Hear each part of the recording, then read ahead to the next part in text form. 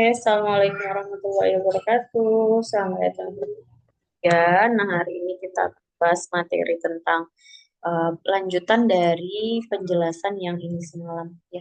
Dari pengkodingan yang ini, ya pengkodingan contoh kita kemarin yang ini. Nah, maka apa sih keterangan ya dari input stdioh, kemudian main, kemudian printf, lalu tutup kurung, dan ada juga keterangan tentang compile itu apa. Nah, maka lanjut kita langsung saja ke contoh daripada penjelasan. Nah, di sini ada file judul header file, di mana di sini menjelaskan ya file yang berisi prototype, judul, nama, dan sintaks dari sekumpulan fungsi pustaka tertentu.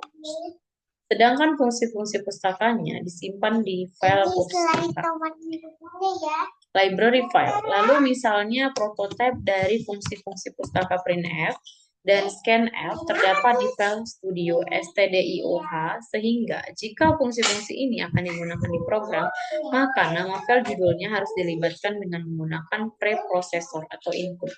Nah, maka tadi kenapa di sini dibuat dulu input stdioh supaya dia memanggil si fungsi printf ini. Ya, karena fungsi daripada printf ini atau fungsi dari input ini adalah untuk memanggil printf gitu ya dari library-nya si stdioh. Nah, ada dua cara untuk mendapatkan file judul. Biasanya dengan input stdioh seperti yang sudah kita contohkan, dan bisa juga dengan caranya adalah input stdi titik h. Nah, nama file dari judul yang ditulis dalam tanda petik 2, Mbak jangan ribut. Compiler C akan mencari file ini dalam default directory dan kemudian di directory file-file pustaka. Nah, jika yang digunakan adalah buka kurung seperti ini, maka compiler C hanya akan mencari di directory file-file pustakanya saja. Nah, adapun pengertian dari compiler dan linker. Apa sih compiler dan linker?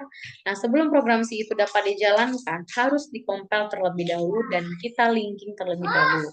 Nah, compile itu adalah proses menerjemahkan seluruh program ke dalam bahasa mesin sekaligus.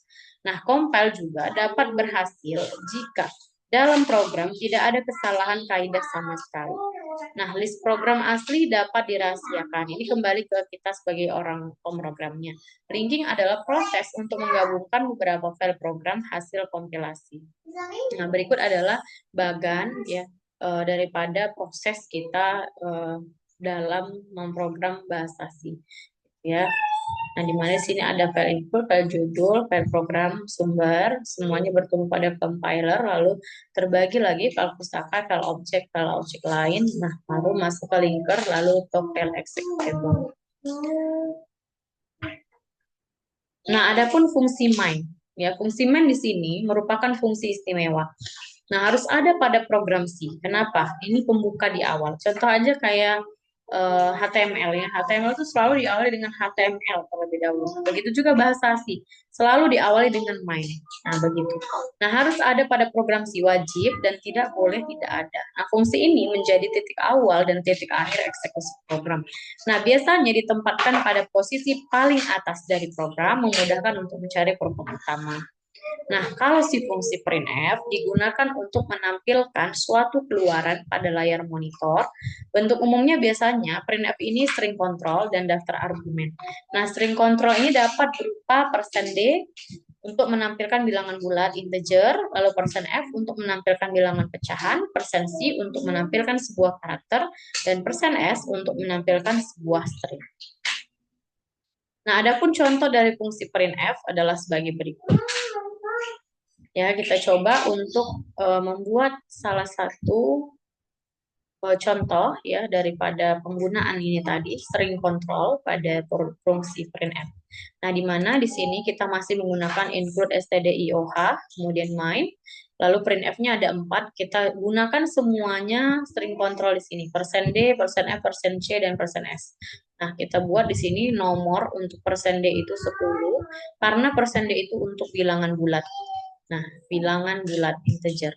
Lalu nama %s Ali, di mana itu untuk menampilkan sebuah string atau huruf ya. Lalu nilai itu untuk %f kita buat di sini pecahan karena %f itu untuk bilangan pecahan. Lalu %c di sini untuk karakter. Jadi huruf ya, C itu C karakter. Nah, tanda ini dapat digunakan pada fungsi printf. Nah, ini bisa tanda petik slash menyatakan karakter petik ganda, tanda slash 2 menyatakan karakter black slash, lalu tanda slash T menyatakan karakter tab. Oke, untuk ini langsung saja kita contohkan dengan menggunakan aplikasi Kode Blocks. Kalian boleh menggunakan aplikasi yang lain sesuai dengan yang mungkin kalian punya. Ya, boleh di C++ dan lain-lain. Nah, langsung saja kita include stdioh, ya, lalu main. Kenapa stdioh? Karena kita masih dalam penggunaan printf. Nah, maka kita langsung buat nomor. Kita mau buat di sini untuk tampilan persen D atau bilangan bulat. Nah, maka langsung kita buat di sini persen D. Lalu slash n.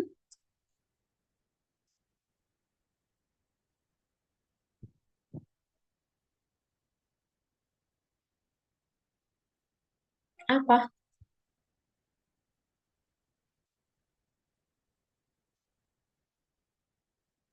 Lalu kita buat di sini angkanya 10.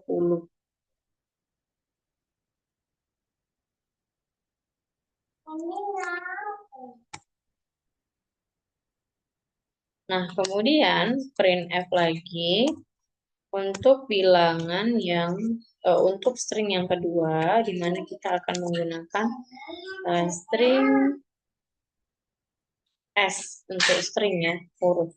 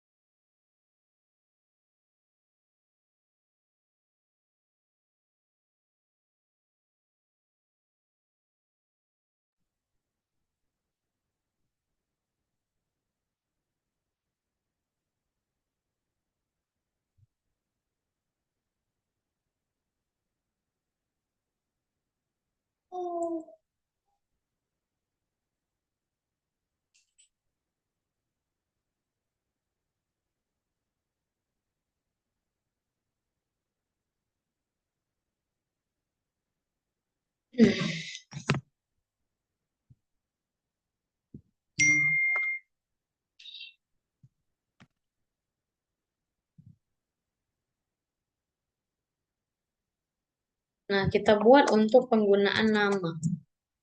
Ya, karena string itu dia lebih karakternya ke huruf. Nah, maka nama slash persen S slash N, lalu koma, kita buat Ali. Ya, kita sebutkan di sini namanya Ali. Lalu kita tutup dan tanda petik. Printf lagi, kita mau menggunakan persen F dengan itu artinya bilangan bulat. Bilangan pecahan, sorry. Nah, maka kita buat nilai, lalu persen F slash N.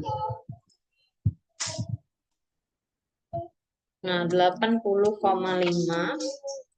ya untuk bilangan pecahannya kita buat.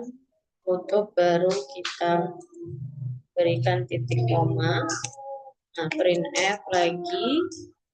Kita lanjut dengan huruf. Kita mau menampilkan penggunaan string karakter. Maka di sini persen C kita berikan slash n di sini. Lalu tanda petik koma dan kita buat karakternya itu A. Oke, langsung titik koma. Nah, setelah ini selesai tinggal ditutup kurawal. Nah, ini sudah selesai, langsung kita bisa jalankan ya. Untuk menjalankannya bisa dengan proses yang ini atau dengan di keyboard Alt F9. Nah, ini belum tampil, kita sebaiknya rebuild dulu, ya, karena tadi masih refresh dari yang sebelumnya. Oke, nah setelah itu baru kita jalankan. Nah, jika ada error, biasanya dia akan memberikan keterangan di sini. Nah, coba kita perhatikan apakah ada yang salah dari penulisan kita. Jika ada yang salah, kita koreksi kembali. Nah, ini di sini tidak perlu ada tanda petik. Oke, kita coba jalankan. Oke, nah, maka di sini tertera nomor 10 Ali, nomor 10 nama Ali, nilainya 80,500.000, lalu hurufnya. Nah, ini untuk menampilkan bilangan string, penggunaan fungsi string ya, yaitu di mana bilangan bulat, bilangan string, kemudian pecahan dan karakter. Oke, sampai di sini saya rasa untuk pertemuan ketiga kita. Wassalamualaikum warahmatullahi wabarakatuh.